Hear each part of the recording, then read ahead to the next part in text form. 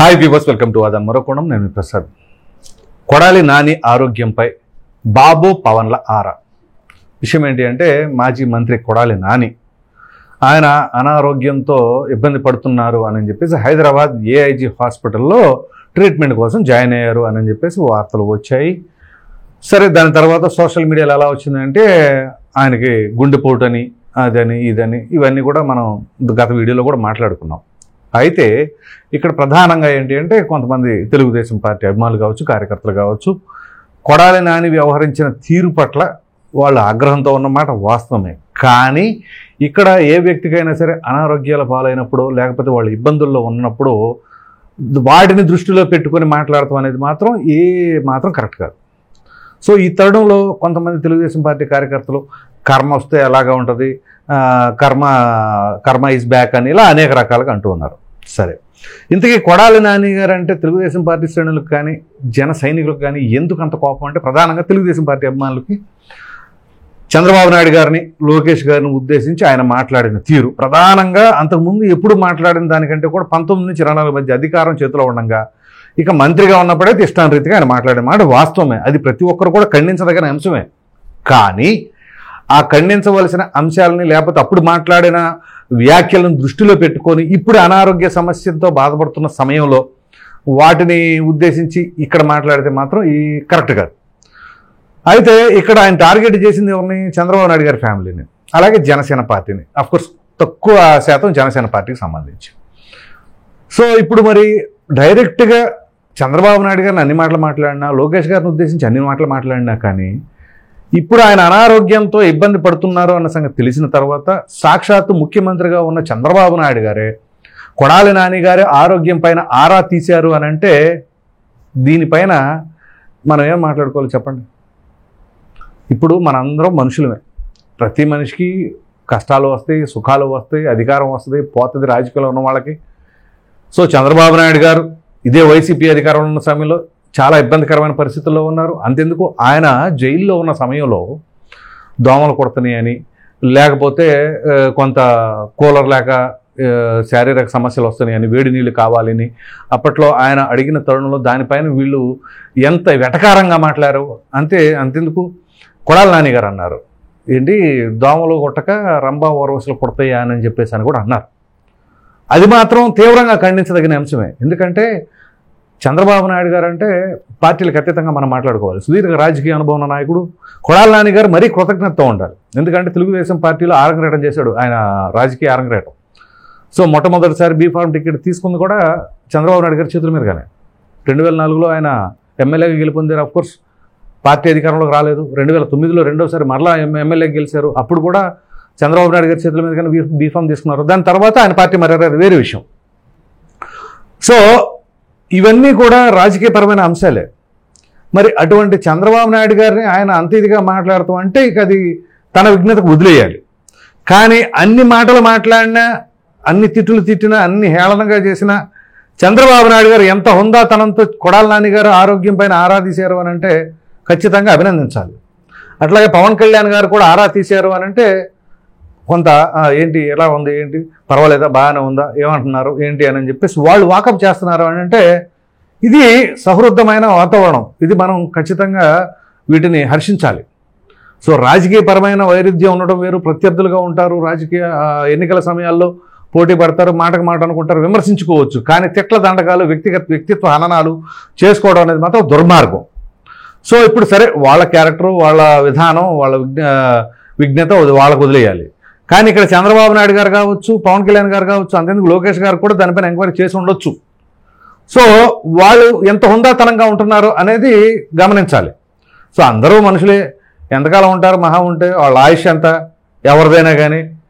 ఏదో మనం సాదాసీదాగా మాట్లాడుకు 100 సంవత్సరాలు అంటాం కానీ 60-70 ఏళ్ళు బతికి బ్రహ్మాండంగా బతికినట్టు, అది కూడా ఎవరి మీద ఆధారపడకుండా. సో ఈ లోపే అనేక రకాలుగా వ్యక్తిత్వ హననాలు చేసుకోవడం, ఒకళ్ళ గురించి ఒకళ్ళు అవమానాలు పాలు చేసుకునేలాగా మాట్లాడుకోవడం, ఇదంతా జరిగింది. మనం ప్రధానంగా 19 నుంచి 24 మధ్యలో జరిగింది. సో ఇదే తెలుగుదేశం పార్టీ నాయకులు ఎవరైనా సరే ఈ విధంగా అనారోగ్యాలు పాలైనప్పుడు జగన్మోహన్ రెడ్డి గారు కానీ ఎప్పుడైనా సరే ఆ పార్టీకి సంబంధించిన నాయకులు కానీ వాకప్ చేయడం కానీ, కొంత ఇబ్బంది పడడం, బాధపడటం కానీ ఏమైనా జరిగిందా? పొరపాటును కూడా జరగదు. అదేమిటి అంటే తిరిగి మళ్ళీ వెటకార మాటలు మాట్లాడేవాళ్ళు ఏమో. అయితే ఇక్కడ వీళ్ళు మాత్రం చాలా పెద్దరికంగా ఎలా ఉంది అని చెప్పేసి ఆరా తీయటం అనేది మాత్రం చాలా మంచి పరిణామం. సో ఇప్పటికైనా కానీ సదరు కొడాలి నాని గారు గతంలో ఎలా మాట్లాడారు ఏంటి, ఇప్పుడు ఆయన గురించి వీళ్ళు ఎంక్వైరీ చేస్తున్నారు అని అంటే కొంత మంచిగా పాజిటివ్గా ఉంటే, అంటే రాజకీయ పరంగా వైరుధ్యంగా ఉండండి, అంతవరకే విమర్శలు చేసుకోండి, కానీ వ్యక్తిత్వ హననాలు చేసుకోకుండా ఇప్పటికైనా మారితే బాగుంటుంది. రాజకీయ పరంగా ఏంటి అంటే ఒకరు పరిపాలన తీరు బాగోకపోతే వాటిని ప్రజల దృష్టిలో తీసుకురండి, ఎండగట్టండి. కానీ ఒకళ్ళ వ్యక్తిగత జీవితాలు తీసుకొచ్చి ప్రజల్లో పెడితే అది ఉపయోగం ఉండదు, ప్రజలు కూడా దాన్ని హర్షించరు. దానికి ప్రత్యక్ష ఉదాహరణే మొన్న వచ్చిన ఎన్నికల ఫలితాలు. సో ఇక్కడ కొంచెం ఒక అడుగు ముందుకేసి పెద్దరికంగా ఉండాలి అన్నదానికి నిదర్శనమే ఇప్పుడు చంద్రబాబు నాయుడు గారు, పవన్ కళ్యాణ్ గారు చూసిన విధానం. సో ఇదే తరహాలో ముందు ముందు కూడా రాజకీయాలు ఎలా ఉండాలి అంటే ప్రజలకి ఉపయోగపడేలాగా ఏ రాజకీయ పార్టీ అయినా సరే వాళ్ళు పరిపాలనలో ఉన్నప్పుడు పరిపాలనా తీరులో వాళ్ళు అధికారంలో ఉన్న పార్టీ చూసుకోవాలి. అట్లాగే ప్రతిపక్షంలో ఉన్న పార్టీ ఆ యొక్క సమస్యల్ని ప్రభుత్వం దృష్టికి తీసుకువెళ్ళాలి, పోరాటం చేయాలి. అలా కాకుండా వాళ్ళ కుటుంబం గురించి వీళ్ళ కుటుంబం గురించి వాళ్ళు మాట్లాడుకుంటే ప్రజలకు ఏమాత్రం కూడా ఉపయోగం ఉండదు. లేదు అవినీతి అక్రమాలు అంటారా, అవి ఖచ్చితంగా బయట పెట్టండి. అయితే ఇంకొంతమంది అంటున్నారు కావాలనే కొడాలి నాని గారు హాస్పిటల్లో జాయిన్ అయ్యారు అది ఇదని. అట్లాంటివి జాయిన్ అయితే ఎంతకాలం ఉంటారు? నిజంగా అవినీతి అక్రమాలకు సంబంధించిన కేసులు ఉంటే అవి ఆ సమయానికి ఇక ఆయన ఎల్లగాలం హాస్పిటల్లోనే ఉండరుగా. సో ఆయన అరెస్టు నుంచి తప్పించుకోవడానికి ఇట్లాంటివన్నీ కూడా నాటకాలు ఆడుతున్నారు అయితే అంటున్నారు, కానీ అది మాత్రం కరెక్ట్ కాదు. సో ఆయనకు అనారోగ్య సమస్యలు ఉన్నమాట వాస్తవమే అని చెప్పేసి సాక్షాత్తు డాక్టర్లు కూడా చెప్పినట్లుగా సమాచారం. సరే ఇక ఆయన హెల్త్ బులెటిన్కి సంబంధించింది ఏమీ సమాచారం వదలలేదు, కానీ ప్రస్తుతానికైతే కొన్ని 3 వాల్వ్స్ ఏమో బ్లాక్ అయినాయి అన్నట్లుగా, దానికి సంబంధించి అత్యవసరంగా చికిత్స అంటే బైపాస్ సర్జరీయో ఇట్లాంటివి ఏం అవసరం లేదు, కానీ స్టంట్స్ చేస్తే సరిపోద్ది అన్నట్లుగా ప్రధానంగా వస్తున్న ఈ యొక్క వార్త. మరి తరుణంలో రేపు ఉగాది వెళ్ళిపోయిన తర్వాత ఏమైనా సరే ఏం చేయాలి అనేది కూడా సెకండ్ ఒపీనియన్ తీసుకుంటున్నాం అన్నట్లుగా కూడా సమాచారం. సో ఇక్కడ మనం మాట్లాడుకోవాల్సిన అంశాలు ఏంటి, జగన్మోహన్ రెడ్డి గారు కూడా కొడాలి నాని గారి ఆరోగ్యం పట్ల ఏ విధంగా ఉంది ఏంటి అని చెప్పేసి వాకప్ చేశారు. సరే ఆ పార్టీ నాయకుడు కాబట్టి ఆయన వాకప్ చేసుకోవడం అంటే ఓకే, కానీ ఇక్కడ ప్రత్యర్థి పార్టీలు పైగా కొడాలి నాని గారు, ఎందుకంటే ప్రధానంగా ఆయనే ఎక్కువగా మాట్లాడింది చంద్రబాబు నాయుడు గారిని అవమానపరిచేలాగా.